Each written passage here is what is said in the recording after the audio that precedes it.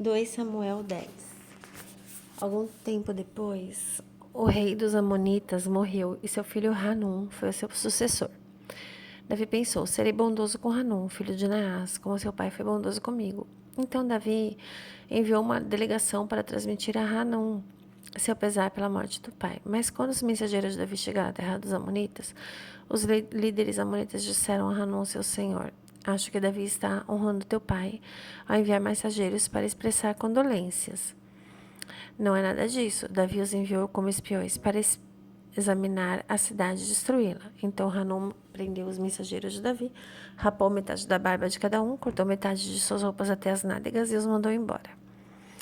Quando Davi soube disso, enviou mensageiros ao encontro deles, pois haviam sido profundamente humilhados. Ele mandou dizer: fiquem em Jericó até que a barba cresça, então voltem para casa.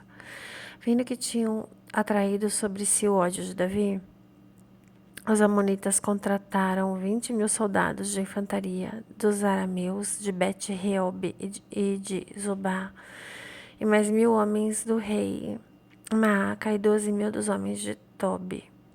Ao saber disso, Davi ordenou a Joabe que marchasse com todo o exército. Os amonitas saíram e se puseram em posição de combate à entrada da cidade, e os arameus de Zobá e de Reob e os homens de Tobi e de Maaca posicionaram-se em campo aberto.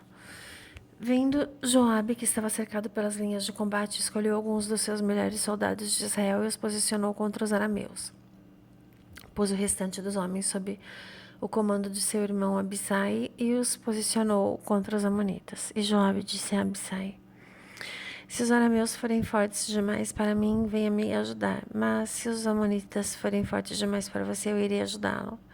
Seja forte e lutemos com bravura pelo nosso povo e pelas cidades do nosso Deus, e que o Senhor faça o que for de sua vontade. Então Joabe e seus soldados avançaram contra os arameus que fugiram dele.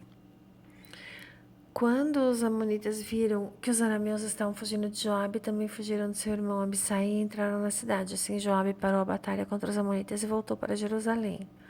Ao perceberem que haviam sido derrotados por Israel, os arameus tornaram-se a agrupar-se. Hadadezer mandou trazer os arameus que viviam do outro lado do Eufrates. Esses chegaram a Elã, tendo à frente Soboque, comandante do exército de Hadadezer. Informado disso, Davi reuniu todo Israel, atravessou o Jordão e chegou a Elã. Os arameus estavam em posição de combate para enfrentá-lo, mas acabaram fugindo diante de Israel. E Davi matou 700 condutores de carro de guerra e 40.000 soldados de infantaria dos arameus. Soboque, o comandante do exército, também foi ferido e morreu ali mesmo. Quando todos os reis vassalos de Hadadezer viram que tinham sido derrotados por Israel, fizeram a paz com os israelitas e sujeitaram-se a eles. E os arameus ficaram com medo de voltar a ajudar os amonitas. 2 Samuel 11. Na primavera, época em que os reis saíam para a guerra, Davi enviou para a batalha Joabe com seus oficiais e todo o exército de Israel, e eles derrotaram os amonitas e cercaram Rabá, mas Davi permaneceu em Jerusalém. Uma tarde, Davi levantou-se da cama e foi passear pelo terraço do palácio. Do terraço viu uma mulher muito bonita tomando banho e mandou alguém procurar saber quem era ela. Disseram-lhe: é Betseba, filha de Eliã e mulher de Urias, o Hitita. Davi mandou que a trouxessem e se deitou com ela, que havia acabado de se purificar da impureza de sua menstruação. Depois voltou para casa. A mulher engravidou e mandou recado a Davi, dizendo que estava grávida.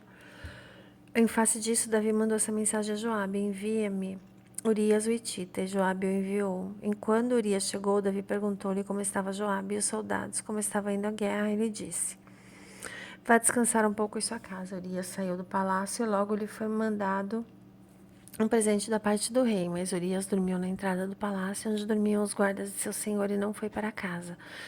Quando informaram a Davi que Urias não tinha ido para casa, e ele lhe perguntou: depois da viagem que você fez, por que não foi para casa? Urias respondeu: a arca que os homens de Israel e de Judá repousam em tendas.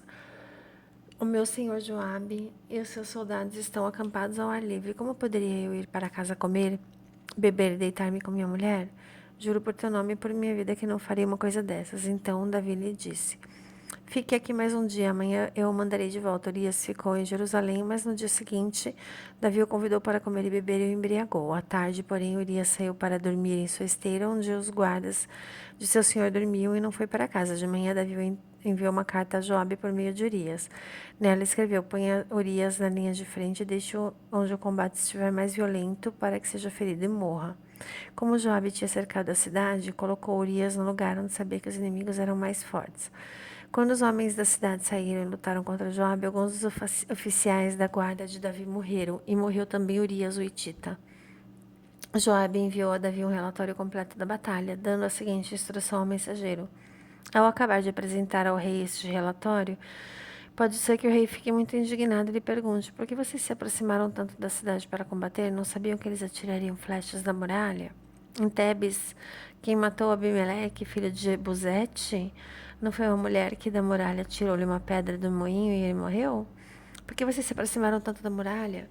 Se ele perguntar, diga isso, diga-lhe. E morreu também o seu servo Urias, o Tita. O mensageiro partiu e, ao chegar, contou a Davi tudo que Joabe lhe havia mandado falar, dizendo: eles nos sobrepujaram e saíram contra nós em campo aberto, mas nós os fizemos retroceder pela porta da cidade. Então os flecheiros atiraram do alto da muralha contra os teus servos e mataram alguns deles, e morreu também o teu servo Urias, Hitita. Davi mandou o mensageiro dizer a Joabe: não fique preocupado com isso, pois a espada não escolhe a quem devorar. Reforce o ataque à cidade até destruí-la, e ainda insistiu com o mensageiro que encorajasse Joabe. Quando a mulher de Urias soube que o seu marido havia morrido, ela chorou por ele. Passado o luto, Davi mandou que a trouxessem para o palácio, e ela se tornou sua mulher e teve um filho dele. Mas o que Davi fez desagradou o Senhor.